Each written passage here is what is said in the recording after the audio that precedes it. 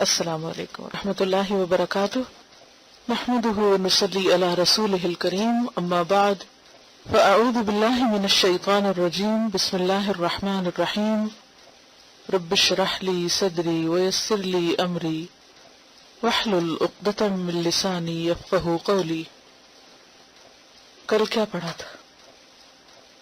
رحمت کے بارے میں۔ ریسنٹلی کوئی لفظ ابھی آج رحمت کے بارے میں کچھ پڑھا یا سنا ہو، یہ لفظ سنا ہو یا اس کا استعمال سنا ہو یا بولا ہو، آپ نے غور کیا ہو؟ آپ نے ابھی جو میں نے آپ کو سلام کیا ہے اس میں بھی رحمت اللہ ہے۔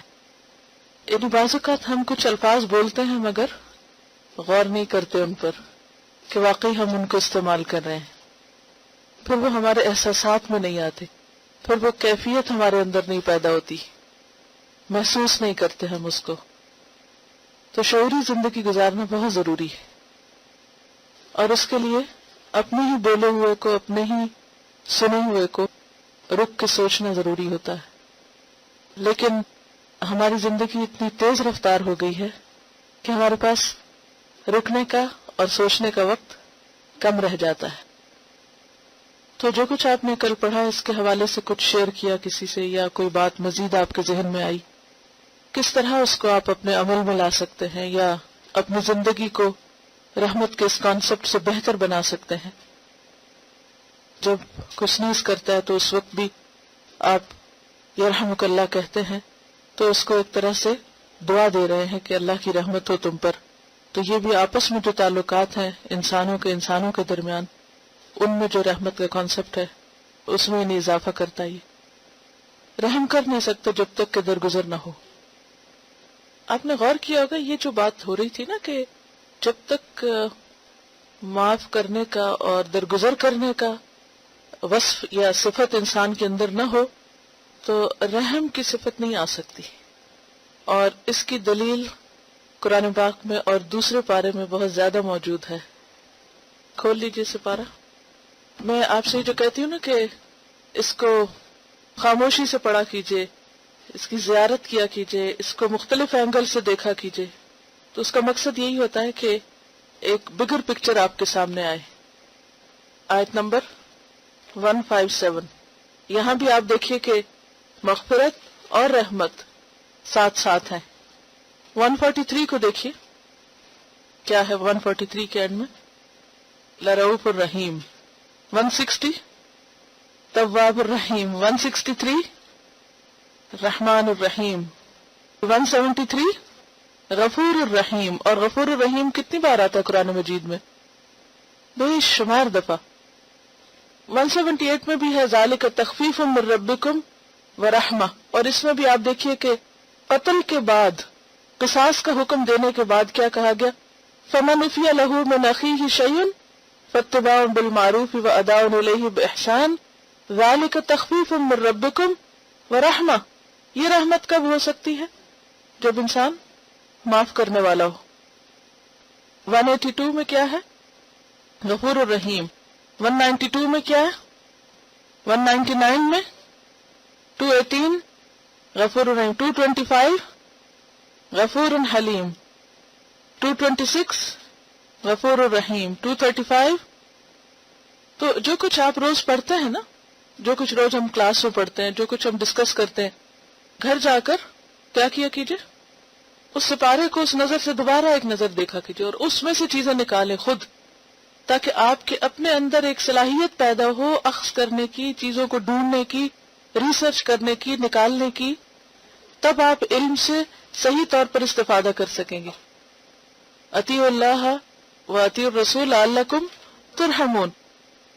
تو اس سے پتہ چلتا ہے کہ وہ کون سے عمل ہیں جو اللہ تعالیٰ کی رحمت کا ذریعہ بنتے ہیں۔ اس میں جیسے قرآن مجید پڑھنے کے بارے میں آتا ہے اذا قرئ القرآن فاستمعوا له وانصتوا لعلکم ترحمون۔ جنت کو بھی اللہ سبحانہ وتعالیٰ نے رحمت فرمایا، جنت کو تو کہا ہی براہ راست ہے کہ انت رحمتی فبما رحمت من اللہ لنت لہم، اللہ کی رحمت کی وجہ سے آپ نرم دل ہیں۔ اس سے پتہ ہی چلتا ہے کہ رحمت اور رحم کا اصل سورس اللہ کی ذات ہے، اور اس کی رحمت ہر چیز پہ چھائی ہوئی ہے، اور اسی رحمت کی وجہ سے باقی مخلوق بھی رحم کرتی ہے، اور اس میں خود نبی صلی اللہ علیہ وسلم کو اللہ تعالیٰ نے رحمت کا نمونہ بنا کر بھیجا، اور اللہ ہی کی رحمت کی وجہ سے آپ بھی مومنوں پر مہربان ہیں اور باقی مخلوق پر بھی۔ تو اللہ والوں کا طرز عمل کیا ہونا چاہیے؟ ان کے اندر کس قسم کے جذبات ہونے چاہیے؟ رحمت کے، معاف کرنے کے، نرم دلی کے، درگزر کے۔ یہ ہمارا دین ہے، ہمارا دین دین رحمت ہے۔ تو آج آپ نے جو ابھی ذکر ہوا کہ جو کچھ ہم یہاں پڑھیں اس کو جا کر قرآن میں ڈھونڈا کریں، خود اپنی عقل استعمال کر کے چیزیں ڈھونڈ کر لایا کریں، شیئر کیا کریں، ٹھیک ہے؟ صرف سپون فیڈنگ سے انسان کچھ نہیں سیکھتا جب تک اپنی عقل استعمال نہ کرے۔ رحم کرنے والوں کے لیے اللہ دلوں میں رحم ڈال دیتا ہے، یعنی جو دوسروں پہ مہربان ہوتے ہیں اللہ تعالیٰ ان پر مہربان ہوتا ہے۔ اور اللہ کی مہربانی کہاں سے نظر آتی ہے پھر؟ کہ دوسرے بندے ان پر مہربان ہونے لگتے ہیں۔ تو ان سب چیزوں سے ہمیں اپنے لیے کچھ سیکھنے کی ضرورت ہے۔ یعنی مومن کی جو بنیاد ہے یا ایمان جو ہے وہ رحمت کا تقاضا کرتا ہے، یا بنیادوں میں رحمت ہونی چاہیے، اور وقتی طور پر اگر کوئی کمی بیشی، اختلاف، شکایت، کسی سے ناراضگی ہو بھی جاتی تو وہ ٹیمپریری ہونی چاہیے اور اس کو ختم کرنے کی کوشش کرنی چاہیے۔ اور اس کی مثالیں آج میں آپ کو سیرت سے دوں گی کہ کس طرح آپ صلی اللہ علیہ وسلم نے اپنے جانی دشمنوں کو معاف کیا اور کس طرح درگزر سے کام لیا۔ کل میں نے آپ سے اللہ سبحانہ وتعالیٰ کی رحمت کے بارے میں کچھ آیات ذکر کی تھی، میں چاہوں گی کہ آپ مجھے دوبارہ لوٹائیں، کیا کہا تھا میں نے، کیا یاد رہا آپ کو؟ کوئی ایک آیت آپ بتائیے اللہ کی رحمت پر دلیل۔ مثلا میرا دعویٰ کہ اللہ رحیم ہے، تو آپ دلیل لائیے قرآن سے کہ واقعی میں صحیح دعویٰ کر رہی ہوں۔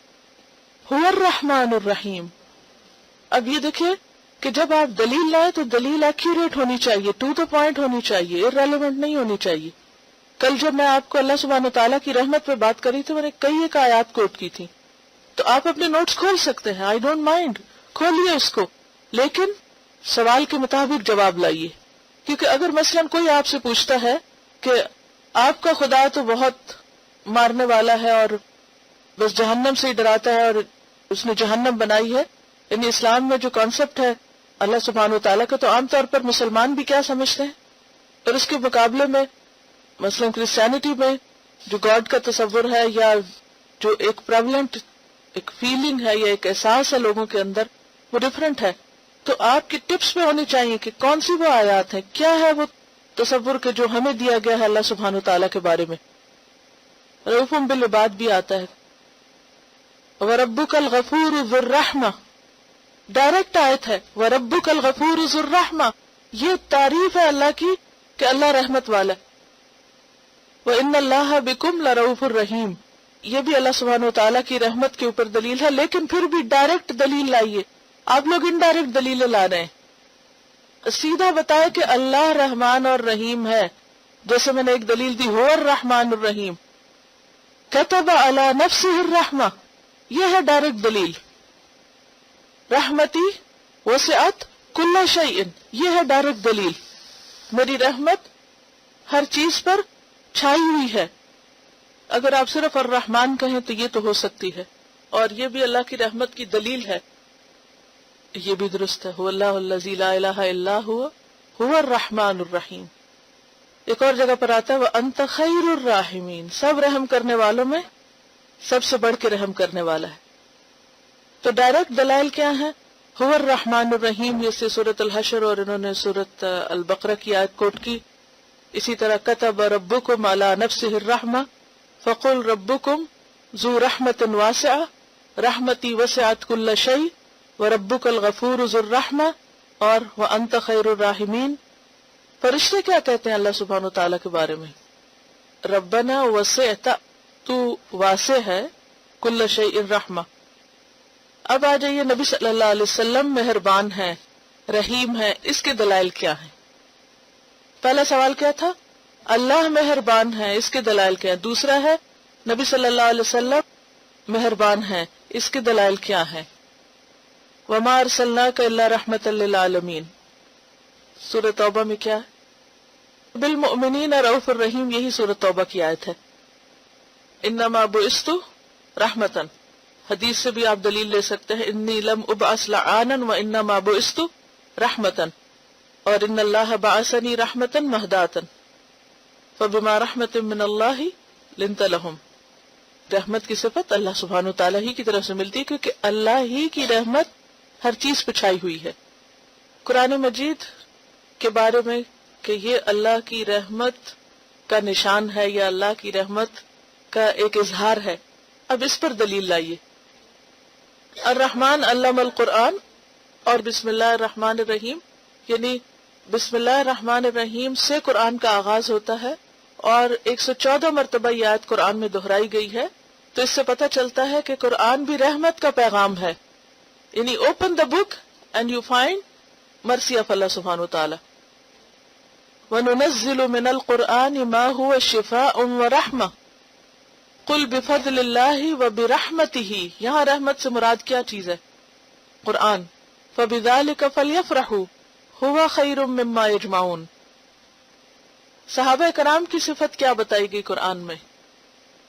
صحابہ کرام کی صفت رحمت قرآن میں کیا بیان کی گئی ہے؟ رحماء بینہم، آپس میں مہربان اور شفیق ہیں۔ یہ کس کی گواہی ہے؟ اللہ سبحانہ وتعالیٰ کی گواہی ہے۔ کیا اللہ تعالیٰ ہمارے حق میں یہ گواہی دیں گے؟ سوچئے، ہم اپنے گھروں میں آپس میں ایک دوسرے کے ساتھ سلوک دیکھیے، ہم کہیں پر بھی ہوں، مومنین کو کیسا ہونا چاہیے آپس میں؟ وَتَوَاصَوْا بِالصَّبْرِ وَتَوَاصَوْا بِالْمَرْحَمَةِ۔ اس آیت سے یہ بھی پتہ چلتا ہے کہ جب تک صبر نہ ہو رحمت نہیں ہو سکتی۔ رحمت کے لیے یا رحم کے جذبات کے لیے صبر کا ہونا بے حد ضروری ہے، کیونکہ عموماً انسان بے صبر پن میں غصے کا شکار ہو کر نامہربان ہو جاتا ہے۔ ایک حدیث میں آتا ہے تَرَى الْمُؤْمِنِينَ، تم دیکھو گے مومنوں کو، فی تراحمہم وتوادہم وتعاطفہم کمثل الجسد۔ تَرَى الْمُؤْمِنِينَ، تم دیکھو گے مومنوں کو، فی تراحمہم، ان کی باہم مہربانی میں، ایک دوسرے پر جو رحیم ہے، وتوادہم، اور باہمی محبت میں، وتعاطفہم، اور باہمی شفقت میں، کہ کیسے ہوتے ہیں وہ؟ کمثل الجسد، ایک جسم کی طرح۔ اذا اشتکا عضو، جب ایک عضو شکایت کرتا ہے، تداعی لہ، تو سارا جسم جواب دیتا ہے، سائر الجسد بالسحر، رات جاگ کے، والحمى، اور بخار کے ساتھ، یعنی اگر جسم کے ایک حصے کو تکلیف ہے تو سارا جسم اس تکلیف کو محسوس کرتا ہے۔ مثلا آپ دیکھیں کہ گلے میں انفیکشن ہے اور بخار کہاں ہے آپ کو؟ سارے جسم میں۔ اور کیا ہوتا ہے اگر آپ کو درد، مثلا سر میں درد ہے اور آپ سو نہیں پا رہے، تو سارا جسم ہی نہیں سو سکتا۔ ہاتھ یہ نہیں کہتے اچھا میں تو سو جاتا ہوں سر جانے، یہ نہیں ہو سکتا۔ تو جسم سے نبی صلی اللہ علیہ وسلم نے مثال کے ساتھ سمجھایا کہ مومن آپس میں اس طرح ایک دوسرے کے خیر خواہ ہوتے ہیں، اس طرح مہربان ہوتے ہیں۔ اور کوئی حدیث یاد ہے آپ کو کل جو بتائی تھی؟ نوٹ کی ہو، نوٹس نکال لیجئے، ڈھونڈیے اس میں سے۔ اگر آج نہیں ڈھونڈ سکتے کل کیسے ڈھونڈیں گے؟ الراحمون یرحمہم الرحمن، رحم کرنے والوں پر اللہ رحم کرتا ہے۔ ارحموا من فی الارض یرحمکم من فی السماء، المؤمن آلف و مألوف، مومن الفت کرنے والا بھی ہوتا ہے اور اس سے الفت کی بھی جاتی ہے۔ سنگ دلی جو ہے بدبختی کی علامت ہے، جو چھوٹوں پہ رحم نہ کرے، بڑوں کی عزت نہ کرے، وہ ہم میں سے نہیں۔ تو اس سے پتہ چلتا ہے کہ آپس کی رحمت اور آپس کی محبت جو ہے وہ بہت ضروری ہے۔ اور بنی اسرائیل کی مثال دے کر ہمیں منع کیا گیا کہ ہم سنگ دل نہ ہوں۔ ایمان والوں سے کہا جا رہا ہے کہ پہلی قوموں کی طرح مت ہو جانا، وَلَا يَكُونُوا كَالَّذِينَ أُوتُوا الْكِتَابَ مِنْ قَبْلُ فَطَالَ عَلَيْهِمُ الْأَمَدُ فَقَسَتْ قُلُوبُهُمْ فَكَثِيرٌ مِّنْهُمْ فَاسِقُونَ۔ اور دل سخت کب ہوتے ہیں؟ فَبِمَا نَقْضِهِمْ مِيثَاقَهُمْ لَعَنَّاهُمْ وَجَعَلْنَا قُلُوبَهُمْ قَاسِيَةً۔ ایک اور حدیث میں آتا ہے، نبی صلی اللہ علیہ وسلم نے فرمایا والذی نفسی بیدہ، قسم اس ذات کی جس کے قبضے میں میری جان ہے، لا یدع اللہ الرحمہ الا علی رحیم، نہیں رحم کرتا اللہ کسی پر مگر جو رحیم ہو۔ رحیم پر ہی رحم کیا جاتا ہے۔ قلنا، ہم نے کہا، یا رسول اللہ، اے اللہ کے رسول صلی اللہ علیہ وسلم، فکلنا رحیم، ہم سب مہربان ہیں، ہم سب ہی رحم کرنے والے ہیں، ہم سب مرسیفل ہیں، ہم سب یہ سمجھتے ہیں نا اپنے بارے میں، ہم سب بہت مہربان ہیں، بہت نرم دل ہیں۔ قال، فرمایا، لیس الذی یرحم نفسہ واہلہ خاصۃ، رحیم وہ نہیں ہوتا جو اپنے اوپر رحیم ہو، اپنے لیے بہت کیئرنگ ہو، یا اپنے گھر والوں کے لیے بہت کیئرنگ ہو۔ ہم اپنے بچوں کے لیے، اپنے گھر والوں کے لیے تو بہت کیئرنگ ہوتے ہیں۔ ولیکن الذی، لیکن وہ شخص، یرحم المسلمین، رحیم وہ ہوتا ہے جو عامت الناس یعنی سب مسلمز پر رحیم ہو، سب کے لیے اس کا دل نرم ہو، صرف اپنے گھر والوں کے لیے نہیں۔ تو ایک معیار دے دیا گیا تاکہ کوئی غلط فہمی میں نہ رہے۔ آج ہم تھوڑے سے عملی پہلو دیکھیں گے کہ نبی صلی اللہ علیہ وسلم کس طرح مختلف لوگوں کے ساتھ مہربانی کا سلوک کیا کرتے تھے۔ آپ دیکھیے کہ عام طور پر کسی ایسے شخص کے ساتھ اچھا سلوک کرنا، مہربانی کا، ہمدردی کا، لطف کا، جو ہمارے ساتھ مہربان ہو، وہ بہت آسان ہے۔ مشکل کہاں ہوتی؟ نمبر ایک، جو ہمارے ساتھ مہربان نہ ہو، وہاں بہت مشکل ہوتی۔ ہم کیا کہتے ہیں، وہ بھی تو میرے ساتھ یہی کرتا نا، اس نے بھی تو یہی کیا نا، اس نے مجھے یہ دیا تھا، وہ میرے کام آیا تھا، اس نے مجھے پوچھا تھا، میں بھی تو بیمار تھا، مجھے بھی تو یہ ضرورت تھی، اب جائے وہ موج کرے، میں اس کے لیے کچھ نہیں کر سکتا۔ عموماً خاندانوں میں اسی قسم کی باتیں چلتی ہیں نا، جس کی وجہ سے ایک دوسرے سے منہ موڑ لیتے ہیں، دل سخت کر لیتے ہیں، ایک دوسرے کا خیال نہیں رکھتے۔ عام طور پر جو شفیق لوگ ہوتے ہیں، مہربان کو لوگ بے وقوف سمجھتے ہیں اور ان کو روکتے ہیں، منع کرتے کہ بے وقوف نہیں بنو۔ اور کہاں مشکل ہوتا ہے رحم کرنا؟ جو اپنے سے کم درجے کا ہو، چاہے عمر میں کم ہو، مرتبے میں کم ہو، یا جس پر ہمارا کوئی اختیار ہو، اقتدار ہو، جو ہمارے ہاتھ تلے ہو، جو ہمارے کنٹرول میں ہو، وہاں پر خاص طور پر شفیق ہونا زیادہ مشکل ہوتا ہے۔ یعنی جب آپ کے پاس اتھارٹی ہے تو پھر آپ جو چاہیں کسی کے ساتھ برتاؤ کریں۔ اس وقت اس مقام اور مرتبے پہ ہوتے ہوئے خود کو روک کے رکھنا، جب آپ انتقام پہ قادر ہوں، جب آپ بدلہ لے سکتے ہوں، جب آپ دوسرے کو نقصان دے سکتے ہوں، جب دوسرے کو مزہ چکھا سکتے ہوں، اس وقت مہربانی کا سلوک کرنا، یہ ہے اصل مہربانی۔ اور اس میں ہم دیکھتے ہیں کہ نبی صلی اللہ علیہ وسلم پورے اترتے ہیں۔ سب سے پہلے ہم دیکھتے ہیں کہ نبی صلی اللہ علیہ وسلم اپنے خادموں سے کیسے سلوک کرتے تھے، یا ہمیں خادموں کے ساتھ سلوک کرنے کا کیا حکم دیا گیا۔ آپ کے غلام تھے زید بن حارثہ، ان کا واقعہ آپ پڑھ چکے، کسی کو یاد ہے ان کے ساتھ آپ کا سلوک کیسے تھا؟ کہ جب ان کے والدین ان کو لینے کے لیے آئے، باپ اور چچا لینے کے لیے آئے، تو انہوں نے جانے سے انکار کر دیا۔ کس وجہ سے؟ آپ کی شفقت کی وجہ سے، آپ کی محبت کی وجہ سے۔ اس سے کیا پتہ چلتا ہے کہ آپ لوگوں کے لیے ان کے ماں باپ سے بھی بڑھ کر ان کے لیے رحیم تھے۔ اسی کا ذکر قرآن میں آتا ہے نا، کان بالمؤمنین رؤوف الرحیم۔ ظاہر ہے کہ ماں باپ سے قدرتی محبت ہوتی ہے، لیکن اس سے آپ اندازہ لگا سکتے ہیں کہ وہ کیا شخصیت ہوں گے کہ جن کی شفقت اور محبت اور کیئر کی وجہ سے انہوں نے غلامی کو ترجیح دی۔ حالانکہ غلامی ایک عیب بھی ہوتی ہے، غلامی کو ترجیح دی آزادی پر، آپ کو ترجیح دی اپنے ماں باپ پر۔ یہ ایک عملی نمونہ ہے۔ یہ وہ لوگ ہیں، حضرت زید اور حضرت انس کو باقی لوگوں کے مقابلے میں بہت زیادہ آپ کے ساتھ رہنے کا اتفاق ہوا ہے، اور یہ ان کی گواہی ہے۔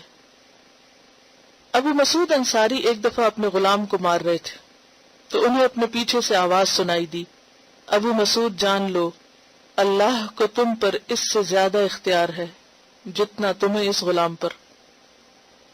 یعنی آپ نہ صرف یہ کہ اپنے خادموں اور غلاموں کے حق میں رحیم تھے، بلکہ عمومی طور پر اپنے صحابہ کو اور تمام لوگوں کو یہی سکھایا کہ وہ اپنے ماتحت لوگوں کے ساتھ رحیم و شفیق ہوں۔ ابو مسعود نے مڑ کر دیکھا تو رسول اللہ صلی اللہ علیہ وسلم تھے. عرض کی یا رسول اللہ میں نے اسے اللہ کی خاطر آزاد کر دیا. مار رہے تھے، جب سنا تو پریشان ہو گئے، اسی وقت آزاد کر دیا. آپ نے فرمایا اگر تم ایسا نہ کرتے، یعنی اب اس کو آزاد نہ کرتے، تو آتش دوزخ تم کو چھو لیتی، یعنی اس پہ ظلم کرنے کی وجہ سے تم آگ میں جا پڑتے. ایک اور روایت میں آتا ہے کہ بنی مقرن میں سے ایک خاندان کے 7 افراد کے پاس ایک خادمہ تھی، یعنی گھر کے 7 لوگ تھے اور ان کی ایک خادمہ تھی. خاندان کے ایک فرد نے اسے تمانچہ مارا تو رسول اللہ صلی اللہ علیہ وسلم نے فرمایا اسے آزاد کر دو، یعنی تم نے اس کے ساتھ زیادتی کی ہے، اسے آزاد کر دو. انہوں نے عرض کیا ہمارے پاس صرف ایک ہی خادمہ ہے. فرمایا اچھا اس وقت تک خدمت گزاری کرے جب تک تم اس سے بے نیاز نہ ہو جاؤ، اور جب حاجت نہ رہے تو آزاد کر دو، یعنی کچھ عرصہ رکھ لو لیکن اس کو آزاد کرنا ہوگا کیونکہ تم نے اس کے ساتھ ظلم کیا ہے، اور اس کا کفارہ اب کیا ہے، اپنی جان بچانی ہے تو اس کو آزاد کرو.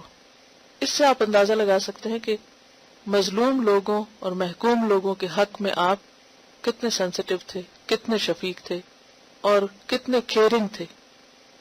مسند احمد میں آتا ہے کہ ایک شخص کے پاس 2 غلام تھے جن سے انہیں ہمیشہ شکایت رہتی، ان کو برا بھلا کہتے اور مارتے لیکن رویے میں فرق نہ آتا. آپ کے پاس شکایت کی اور علاج پوچھا کہ ان کے ساتھ میں کیا کروں، یہ مجھے بہت تنگ کرتے ہیں. فرمایا تمہاری سزا اگر ان کے قصور کے برابر ہوئی تو ٹھیک، ورنہ سزا کی جو مقدار زائد ہوگی قیامت کے دن اس کے برابر تمہیں سزا ملے گی. یعنی اللہ تعالیٰ کا عدل جو ہے وہ اتنا زبردست ہے، یعنی کوئی خواہ کسی کے کسی بھی معاملے میں انڈر ہو، لیکن اگر وہ اس پر زیادتی کر رہا ہے تو پوچھو گی. اسی سے اندازہ لگائے نا کہ اگر مائیں اپنے ہی بچوں پر ظلم ڈھا رہی ہیں تو اس کا بھی کوئی جواز نہیں ہے. اگر وہ ظلم قصور سے زیادہ ہوگا تو اس کا بھی بدلہ دینا ہوگا. یہ سن کر وہ شخص پریشان ہو گیا، رونا شروع کر دیا.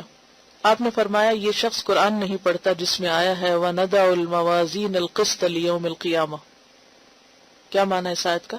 کہ قیامت کے دن ہم میزان کو انصاف کے ساتھ رکھ دیں گے، کوئی کسی پہ ظلم نہیں کر سکے گا. یہ سن کر اس نے عرض کیا یا رسول اللہ بہتر یہ ہے کہ میں ان کو الگ کر دوں، آزاد کر دوں. آپ گواہ ہیں میں نے ان کو آزاد کر دیا. اس زمانے میں غلاموں کو ستانے کے کئی ایک طریقے تھے. بعض لوگ مارتے تو نہیں تھے لیکن اور کئی حربے اختیار کرتے تھے. مثلا اپنے ہی غلام اور باندی کی آپس میں شادی کرا دی اور پھر کچھ عرصے کے بعد ان کو خود ہی الگ کر دیا. بعض تو ماں باپ بھی ایسے کرتے، زبردستی طلاق دلوا دیتے ہیں بچوں کو. تو آپ صلی اللہ علیہ وسلم نے اس سے بھی منع کیا. فرمایا تم میں سے بعض لوگوں کو کیا ہو گیا ہے کہ وہ اپنے غلام کا اپنی باندی سے بیاہ کرتے ہیں، پھر ان کے درمیان تفریق کرنا چاہتے ہیں، یعنی جدائی ڈالنا چاہتے ہیں.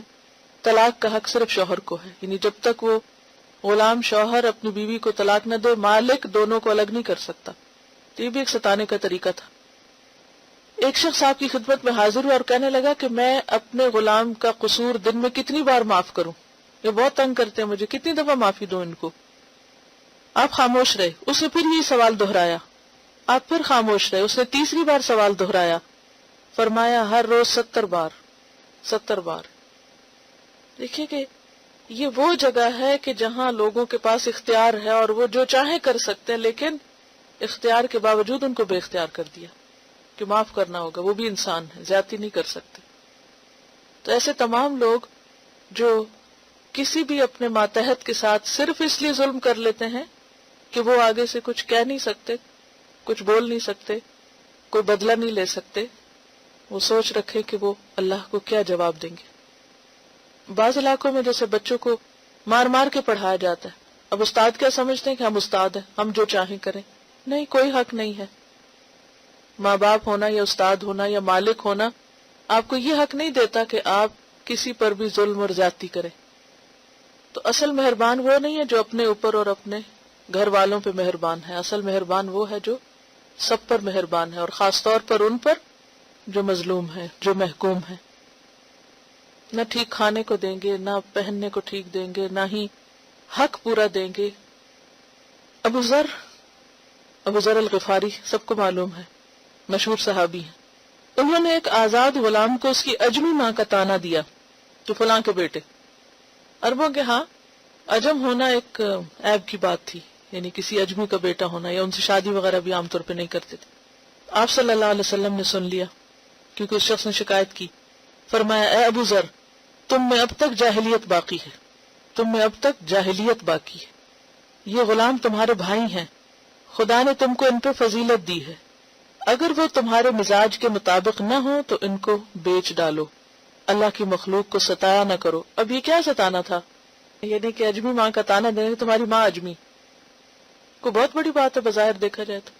عام طور پر جن علاقوں میں حسب نسب کے تانے دیے جاتے ہیں اور جو گالیاں عام طور پہ دیتے ہیں، آپ کو معلوم ہے نا کہ جس میں ابیوز کرتے ہیں ماں باپ کو، یعنی کسی کو حرام کی اولاد بتانا یا کسی کو اس قسم کی گالیاں دینا جو ہے کوئی حق نہیں. ایک اور روایت میں آتا ہے آپ نے فرمایا یہ تمہارے بھائی ہیں جنہیں اللہ نے تمہارے ماتحت کیا، سو جس شخص کے ماتحت اس کا بھائی ہو وہ اسے کھلائے جو خود کھاتا ہے، وہ پہنائے جو خود پہنتا ہے، ان کو اتنا کام نہ دے جو وہ نہ کر سکیں، اور اگر دیں تو ان کی مدد کریں. ہے کوئی جو آج اپنے ماتحتوں کو وہ کھلائے جو خود کھاتا ہے اور وہ پہنائے جو خود پہنتا ہے؟ یہ ہے رحمت، یہ ہے شفقت. اسی لیے تو آپ دیکھیں کہ نبی صلی اللہ علیہ وسلم کا جو بہت بڑا کارنامہ ہے اور جس کی وجہ سے یعنی دنیا کا سب سے بڑا ریولوشن آپ لے کر آئے ہیں، وہ انسانوں کی سوچ میں تبدیلی ہے، رویے اور معاملے میں تبدیلی ہے.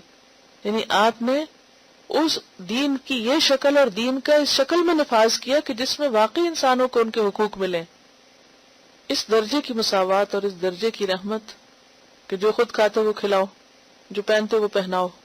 اس میں انسان کے نفس کا کیسا علاج ہے کہ یہ جو تمہیں دوسروں کے مقابلے میں بڑا بننے کا شوق ہے نا، اس کو ذرا کنٹرول میں رکھو. آپ دیکھیے کہ کتنی زیادہ یہ کمزوری ہوتی ہے نا انسان کے اندر کہ جو میں نے پہنا ہوا ہے وہ کوئی اور نہ پہنے. غلاموں کو تو کیا اپنے بہن بھائیوں کو پہنا نہیں دیکھ سکتے وہ کہ اس کے پاس بھی وہی ہو. اس کو تزکیہ کہتے ہیں نا، اس کو تربیت کہتے ہیں. اور جو پھر دل سے مان جائے ان چیزوں کو اور اپنے آپ کو کچھ نہ سمجھے، تو یہی دراصل تکبر کی نفی ہے. یہی عبداللہ ہونا ہے، اللہ کا بندہ بننا ہے، اللہ کا بندہ. ایک اور حدیث میں آپ نے فرمایا تم اپنے ملازموں سے جتنی ہلکی خدمت لوگے اتنا ہی اجر و ثواب تمہارے نامہ اعمال میں لکھا جائے گا. یعنی تم انہیں پے کرتے ہو، تم پورا کام لے سکتے ہو، لیکن اگر پے کرنے کے باوجود تھوڑا کام کم کر دو تو وہ کیا ہوگا؟ وہ بھی صدقہ ہوگا، اس کا بھی تمہیں اجر ملے گا. جانوروں کے ساتھ حسن سلوک پر کل آپ نے ایک حدیث پڑھی تھی، یاد ہے؟ دیکھیے، پڑھیے، اس کو نکالیے وہاں سے. جانوروں کے بارے میں تھی جو بھی اہل الارض ہے، یعنی اہل الارض میں پھر تمام لوگ آ جاتے ہیں نا، انسان بھی آتے ہیں اور جانور بھی آتے ہیں. حضرت جابر بن عبداللہ فرماتے ہیں، یعنی جانوروں کے بارے میں جو حسن سلوک کی باتیں ہیں، نبی صلی اللہ علیہ وسلم کے قریب سے گدھا گزرا جس کے چہرے کو داغ دیا گیا تھا. داغنا کیسے ہوتا ہے؟ گرم لوہے کی سلاخ سے نشان لگانا ہے، جسے اس کے چہرے کے اوپر نشان لگائے گئے تھے. اس کے دونوں نتنوں سے خون کا فوارہ چھوٹ رہا تھا، یعنی ایسا ظلم کسی نے کیا اس کے ساتھ. آپ نے فرمایا اللہ اس پر لعنت کرے جس نے یہ حرکت کی.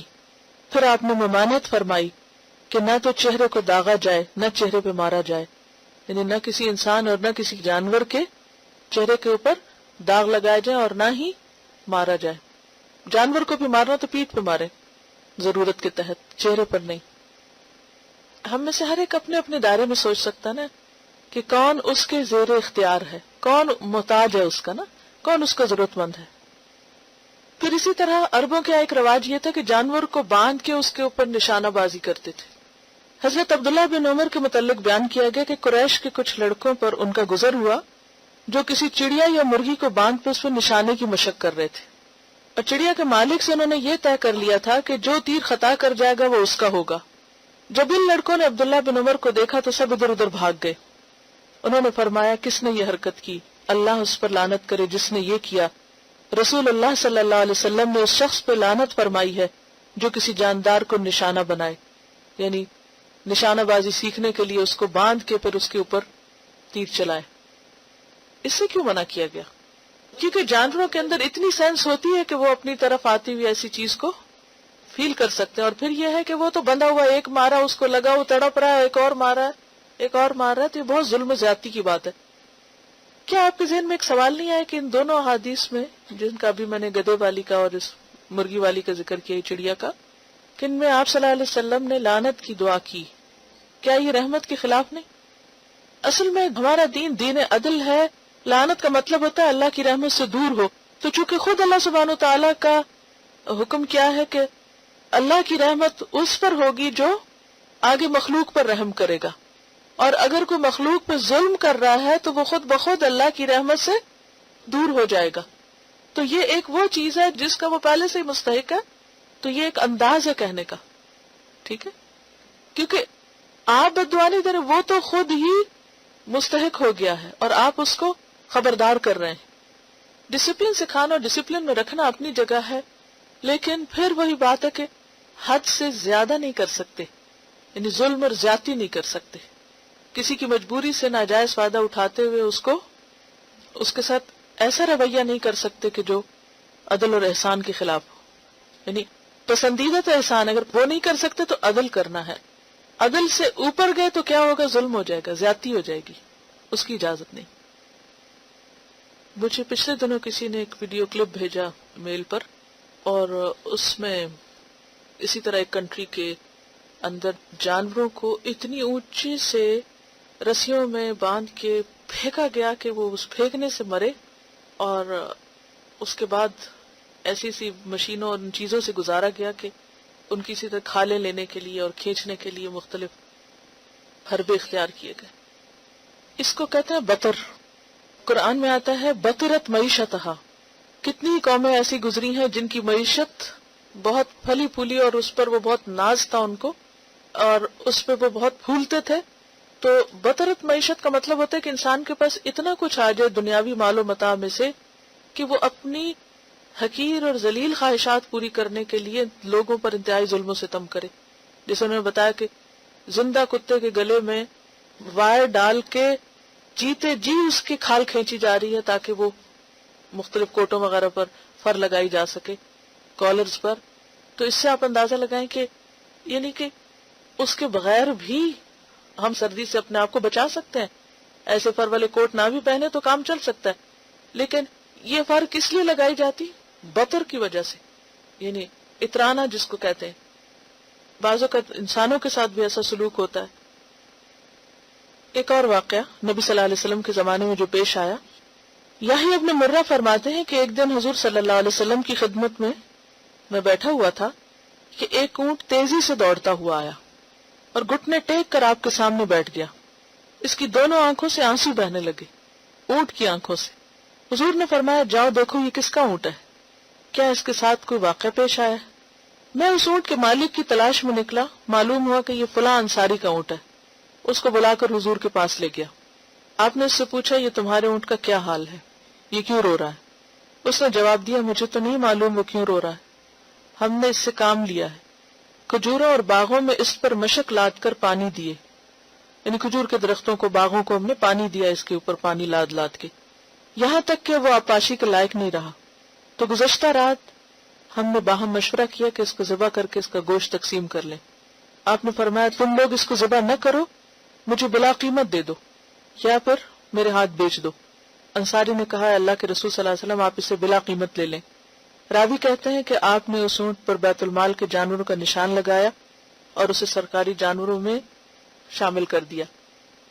کیوں رویا تھا اونٹ؟ کہ اب کام نہیں کر سکتا تو اس کو ذبح کر دیا جائے. تو اس کو پتہ چل گیا. جانور فیل کرتے ہیں.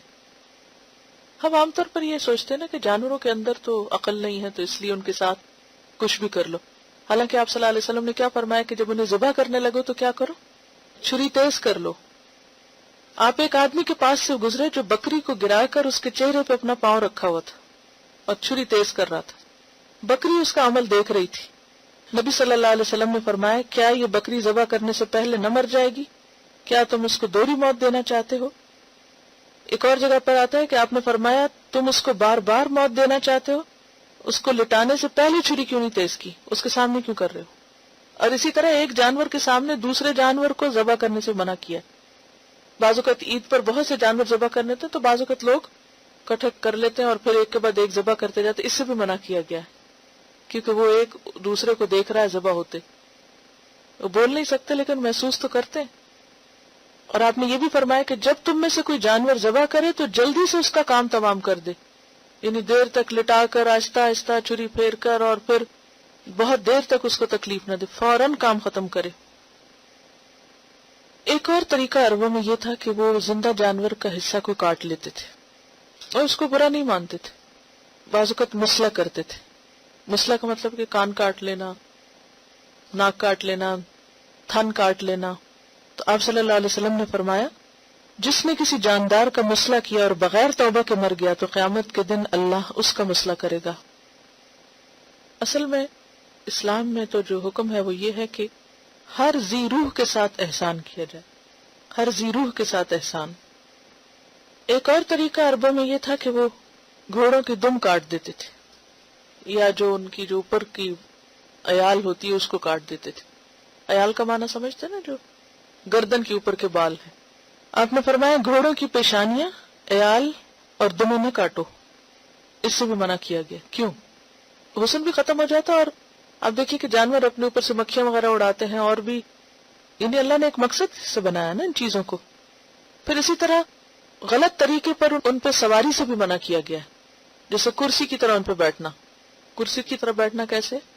دونوں پاؤں ایک طرف کر کے بیٹھنا، کیونکہ اس سے بھی اس کو اذیت ہوتی ہے۔ فرمایا جانوروں کی پشتوں کو اپنی کرسیاں بنانے سے گریز کرو، اللہ نے انہیں تمہارے لیے مسخر کیا ہے تاکہ تم آسانی سے وہاں پہنچ جاؤ جہاں تم وقت سے پہنچتے تھے، یعنی بہت وقت لگتا تھا تم کو پیدل۔ اس غرض کے واسطے اللہ نے تمہارے لیے زمین بنائی، سو اس سے اپنی حاجتیں پوری کرو۔ اور یہ جو جانوروں کے حصے کو کاٹ لینا زندہ کے، تو اس کو حرام قرار دیا گیا، کہا کہ وہ مردار ہے، وہ نہیں کھا سکتے، یعنی جب تک جانور ذبح نہ کیا جائے تو صرف اس کی مثلا کو ٹانگ کاٹ لے۔ جی ہاں،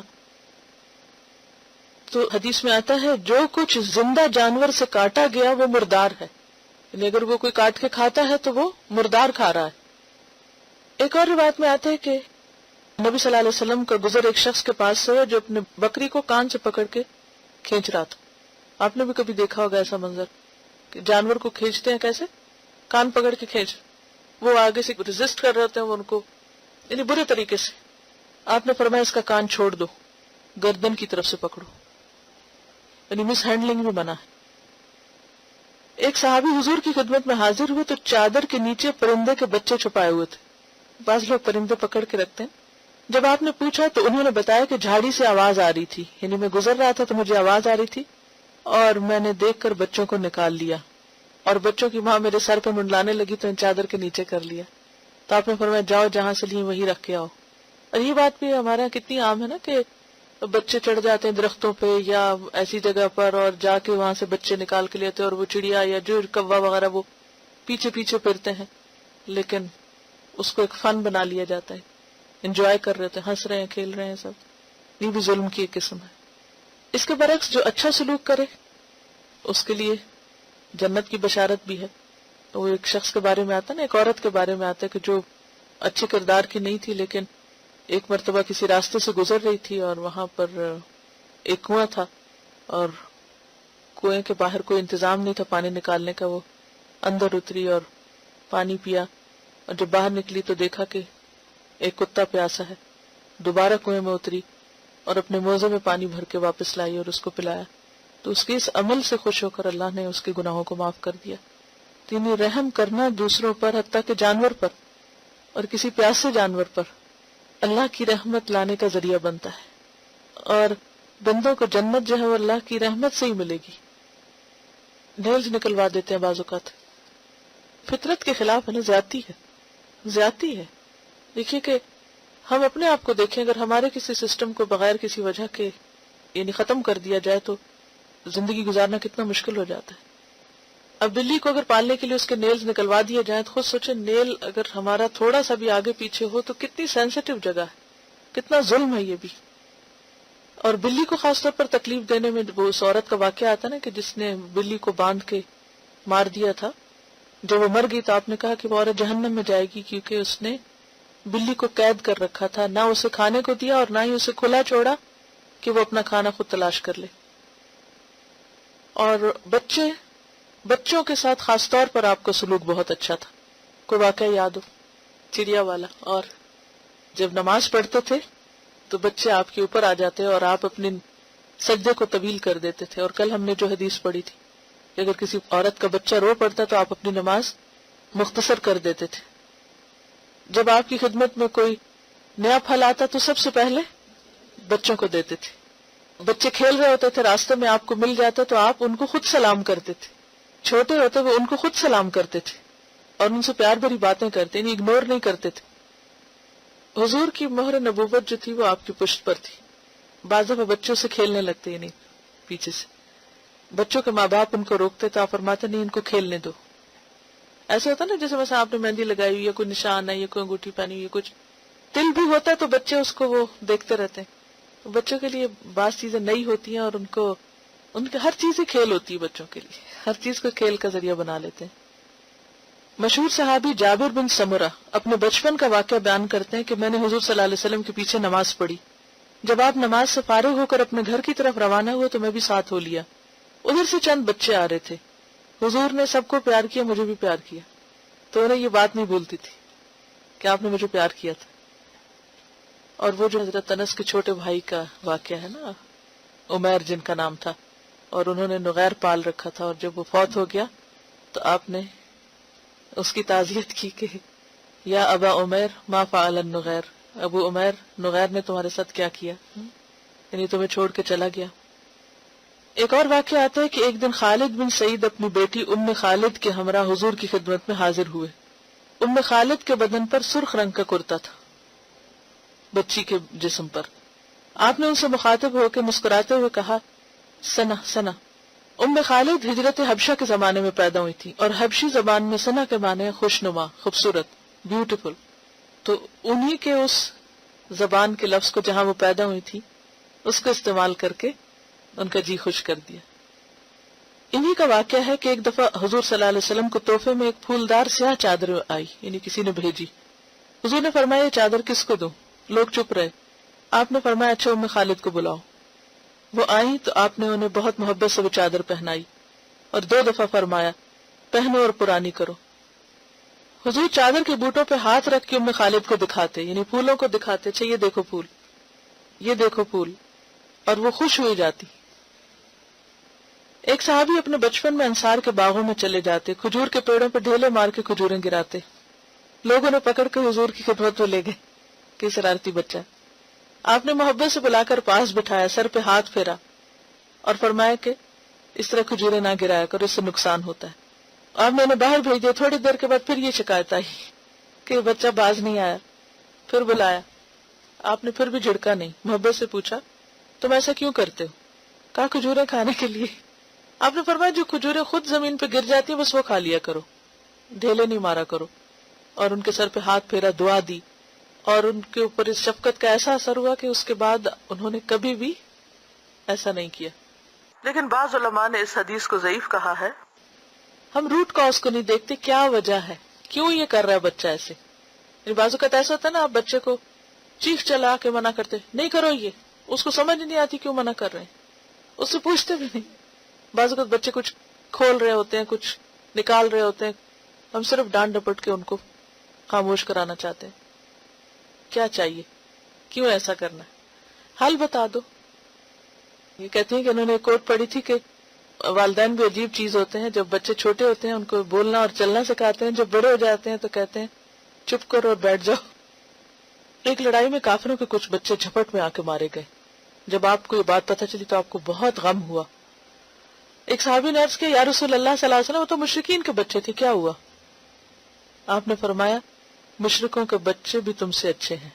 یعنی بچے تو بچے ہوتے ہیں، بچے تو کسی کے بھی بچے ہیں اور وہ معصوم ہیں.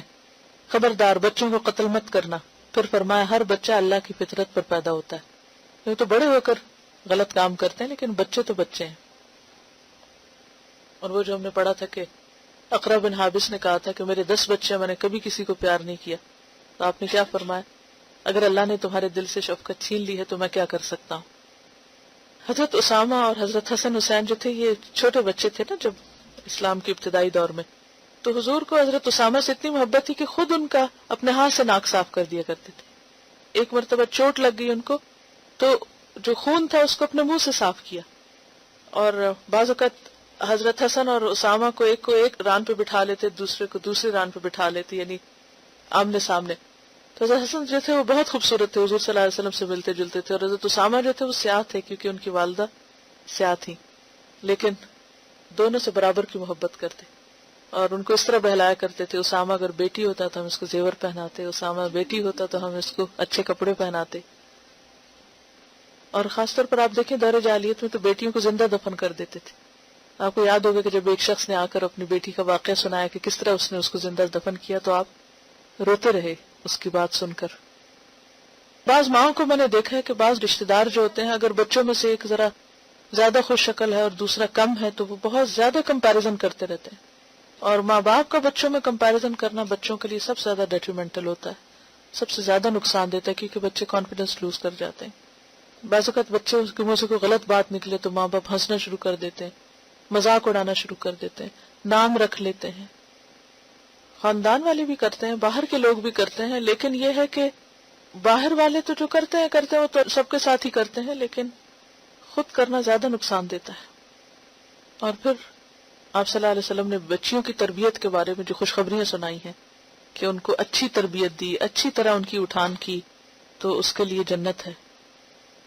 اب اس بات کے اختتام پر میں صرف یہ کہنا چاہوں گی کہ جو کچھ بھی ہم نے پڑھا ہے ہمیں خود دیکھنا چاہیے کہ اپنے طرز عمل میں اور اپنے رویوں میں ہمیں کیا پیدا کرنا ہے، اور وہ کون سے کام ہیں جو اللہ کی رحمت کے ہمیں قریب کر سکتے ہیں، اور کون سی چیزیں ایسی ہیں کہ جو اللہ کی رحمت کے دور کرتی ہیں.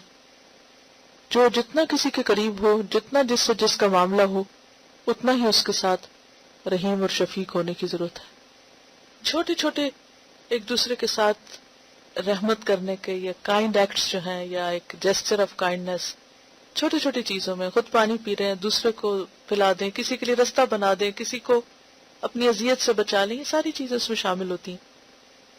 اصل میں بچے توجہ چاہتے ہوتے ہیں، وہ ہر وہ کام کریں گے جس سے انہیں توجہ ملے گی، چاہے پیار سے چاہے ڈانٹ کی.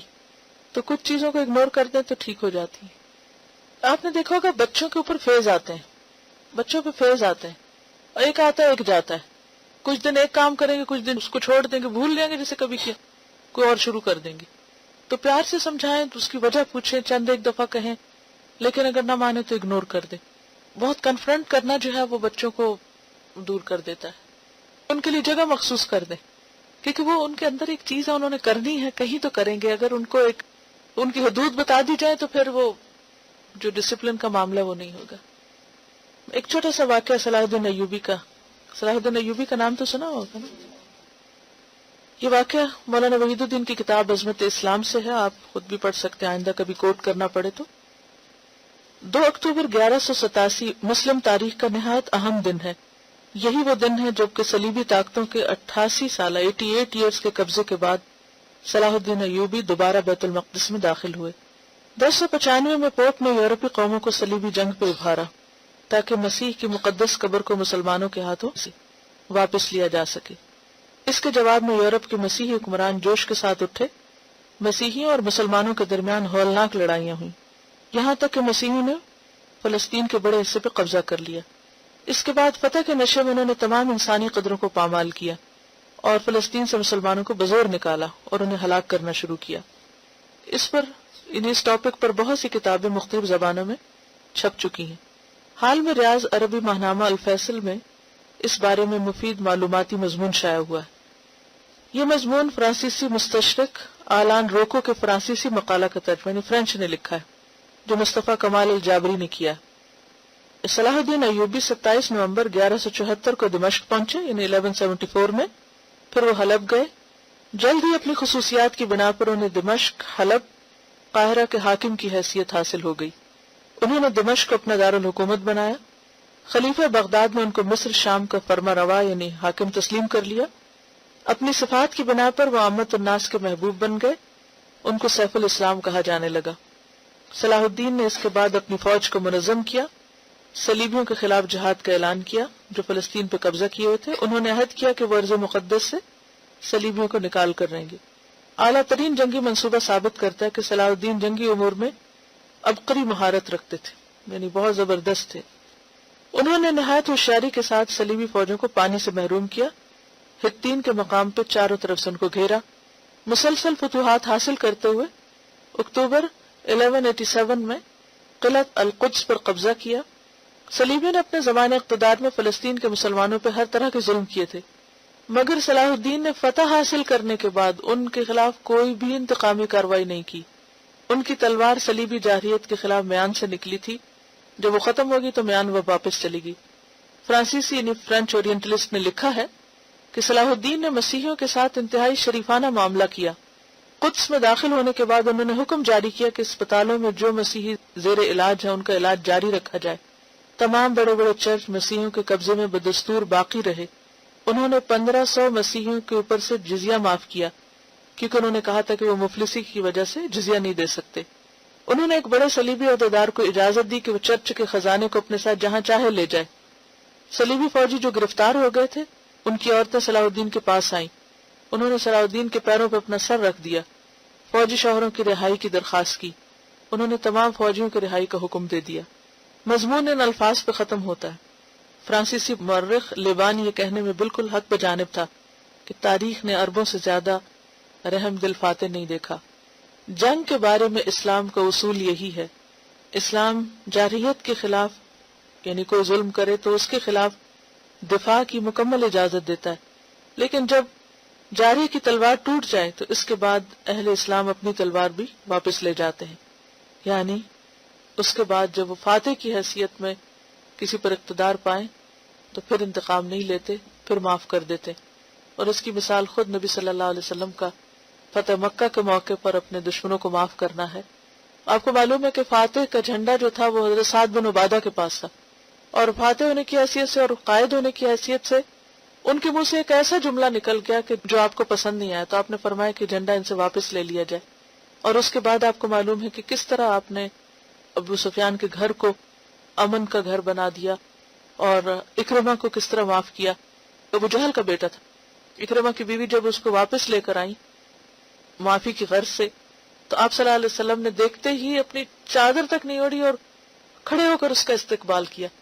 پھر اسی طرح حبار جو تھا جس نے حضرت زینب کو گرایا تھا اونٹ سے اور ان کا حمل ساکت ہوا تھا جس میں وہ بیمار ہو کر فوت ہوئی تھی، اس کو معاف کیا. ہند جو تھی ابو سفیان کی بیوی جنہوں نے حضرت حمزہ کا کلیجہ چپایا تھا ان کو معاف کیا. پھر وحشی جو تھا جس نے حضرت حمزہ کو شہید کیا تھا اس کو معاف کیا. یعنی ایک نہیں بے شمار مثالیں ایسی ملتی ہیں، اور اگر پڑھیں تو آنسو نہیں رکتے انسان کے کہ کس طرح ان تمام لوگوں کو معاف کیا کہ جنہوں نے آپ صلی اللہ علیہ وسلم کے ساتھ انتہا درجے کی زیادتیاں کی تھی. یہ ہے اسلام کی رحمت. اور اسلام میں کس وقت آپ لڑ سکتے ہیں اور کس وقت آپ دوسرے کے ساتھ سختی کر سکتے ہیں؟ جب وہ ظلم پر اترا ہوا ہو، جب وہ اپنے ظلم سے باز آ جائے تو آپ کی بھی سختی ختم ہو جائے، آپ پھر ویسے ہی نرم ہو جائیں گے جیسے کوئی بات تھی ہی نہیں. سبحانک اللہم و بحمدک نشہد ان لا الہ الا انت نستغفرک و نتوب الیک. السلام علیکم و رحمۃ اللہ وبرکاتہ.